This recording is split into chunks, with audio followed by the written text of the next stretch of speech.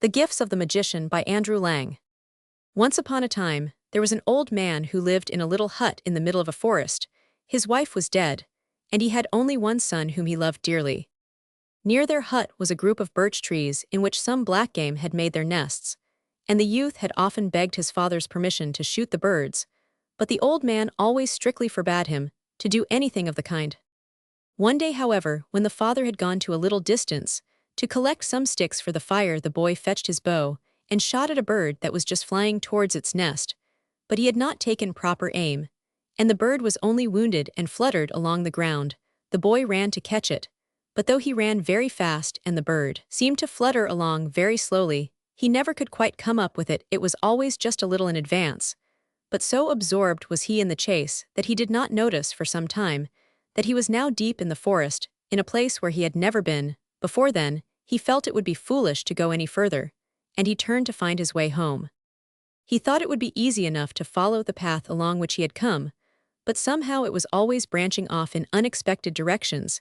He looked about for a house where he might stop and ask his way, but there was not a sign of one anywhere, and he was afraid to stand still, for it was cold, and there were many stories of wolves being seen in that part of the forest. Night fell, and he was beginning to start at every sound when suddenly a magician came running towards him with a pack of wolves snapping at his heels. Then all the boy's courage returned to him. He took his bow, and aiming an arrow at the largest wolf, shot him through the heart, and a few more arrows soon put the rest to flight. The magician was full of gratitude to his deliverer, and promised him a reward for his help if the youth would go back with him to his house.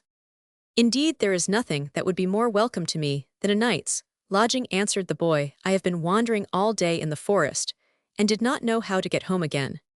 "Come with me, you must be hungry as well as tired," said the magician, and led the way to his house, where the guest flung himself on a bed and went fast asleep.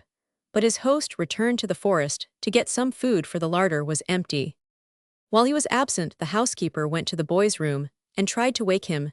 She stamped on the floor and shook him, and called to him, telling him that he was in great danger and must take flight at once, but nothing would rouse him, and if he did ever open his eyes, he shut them again directly.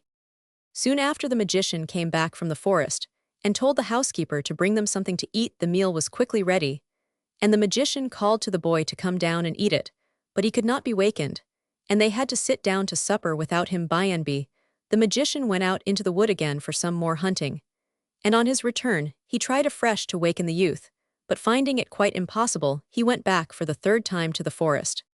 While he was absent, the boy woke up and dressed himself. Then he came downstairs and began to talk to the housekeeper. The girl had heard how he had saved her master's life, so she said nothing more about his running away, but instead told him that if the magician offered him the choice of a reward, he was to ask for the horse which stood in the third stall of the stable.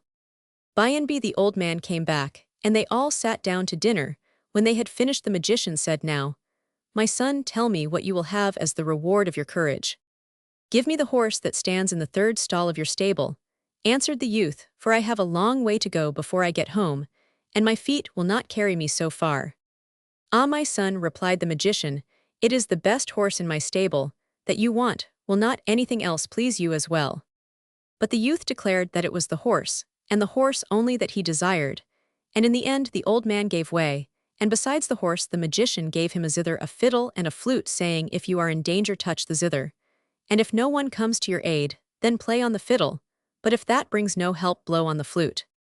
The youth thanked the magician, and fastening his treasures about him, mounted the horse, and rode off. He had already gone some miles, when to his great surprise the horse spoke, and said, "It is no use your returning home just now. Your father will only beat you. Let us visit a few towns first, and something lucky will be sure to happen to us." This advice pleased the boy, for he felt himself almost a man by this time, and thought it was high time he saw the world.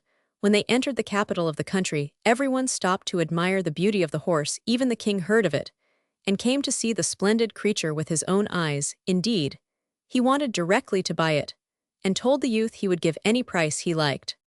The young man hesitated for a moment, but before he could speak, the horse contrived to whisper to him, "Do not sell me, but ask the king to take me to his stable, and feed me there, then his other horses will become just as beautiful as Roman one." The king was delighted when he was told what the horse had said, and took the animal at once to the stables, and placed it in his own particular stall. Sure enough, the horse had scarcely eaten a mouthful of corn out of the manger, when the rest of the horses seemed to have undergone a transformation. Some of them were old favorites which the king had ridden in many wars, and they bore the signs of age and of service.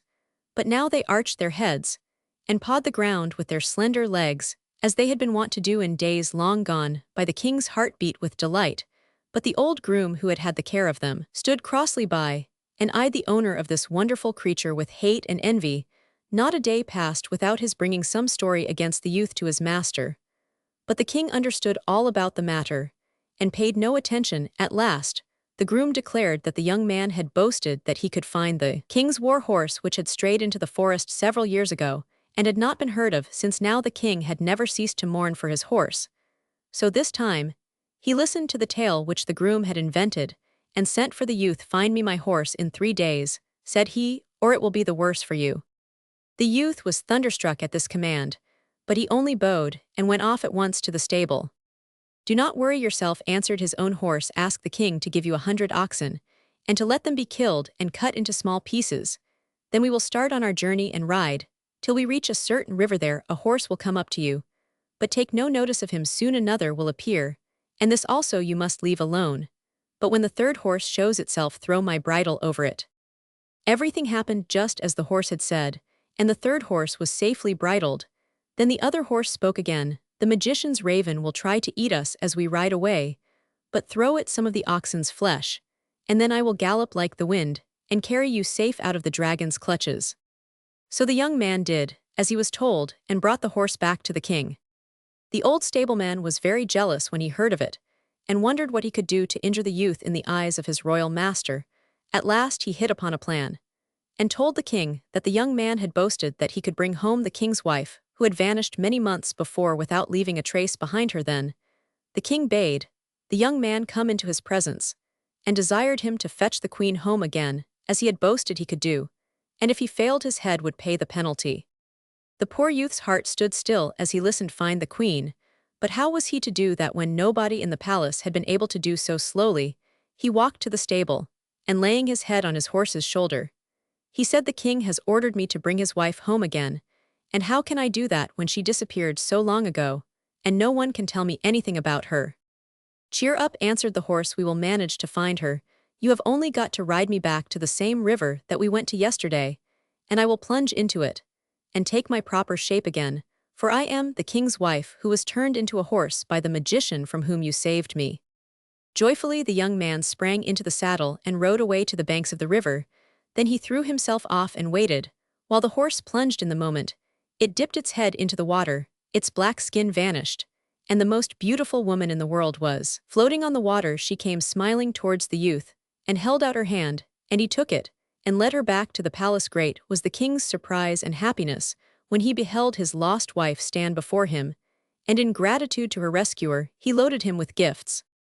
You would have thought that after this, the poor youth would have been left in peace, but no, his enemy, the stableman, hated him as much as ever, and laid a new plot for his undoing. This time he presented himself before the king, and told him that the youth was so puffed up with what he had done that he had declared he would seize the king's throne for himself. At this news the king waxed so furious that he ordered a gallows to be erected at once, and the young man to be hanged without a trial. He was not even allowed to speak in his own defense, but on the very steps of the gallows he sent a message to the king, and begged as a last favor that he might play a tune on his zither. Leave was given him, and taking the instrument from under his cloak he touched the strings. Scarcely had the first notes sounded than the hangman and his helper began to dance, and the louder grew the music the higher they capered, till at last they cried for mercy. But the youth paid no heed, and the tunes rang out more merrily than before, and by the time the sun set they both sank on the ground exhausted, and declared that the hanging must be put off till tomorrow. The story of the zither soon spread through the town, and on the following morning the king and his whole court and a large crowd of people were gathered at the foot of the gallows to see the youth hanged once more. He asked a favor permission to play on his fiddle, and this the king was graciously pleased to grant. But with the first notes the leg of every man in the crowd was lifted high, and they danced to the sound of the music the whole day till darkness fell, and there was no light to hang the musician by. The third day came, and the youth asked leave to play on his flute. "No, no," said the king, "you made me dance all day yesterday, And if I do it again, it will certainly be my death. You shall play no more tunes. Quick the rope round his neck."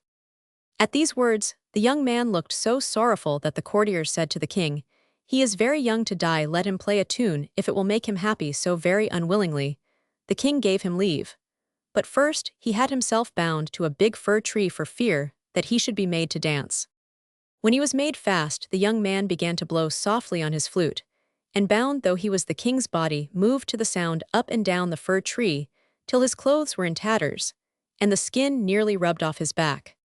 But the youth had no pity and went on blowing till suddenly the old magician appeared and asked, "What danger are you in, my son, that you have sent for me?" "They want to hang me," answered the young man. "The gallows are all ready, and the hangman is only waiting for me to stop playing." "Oh, I will put that right," said the magician, and taking the gallows he tore it up and flung it into the air, "And no one knows where it came down. Who has ordered you to be hanged?" asked he. The young man pointed to the king, who was still bound to the fir, and without wasting words, the magician took hold of the tree also, and with a mighty heave, both fir and man went spinning through the air and vanished in the clouds after the gallows. Then the youth was declared to be free, and the people elected him for their king, and the stable helper drowned himself from envy, for after all, if it had not been for him, the young man would have remained poor all the days of his life. From Finnish Machen.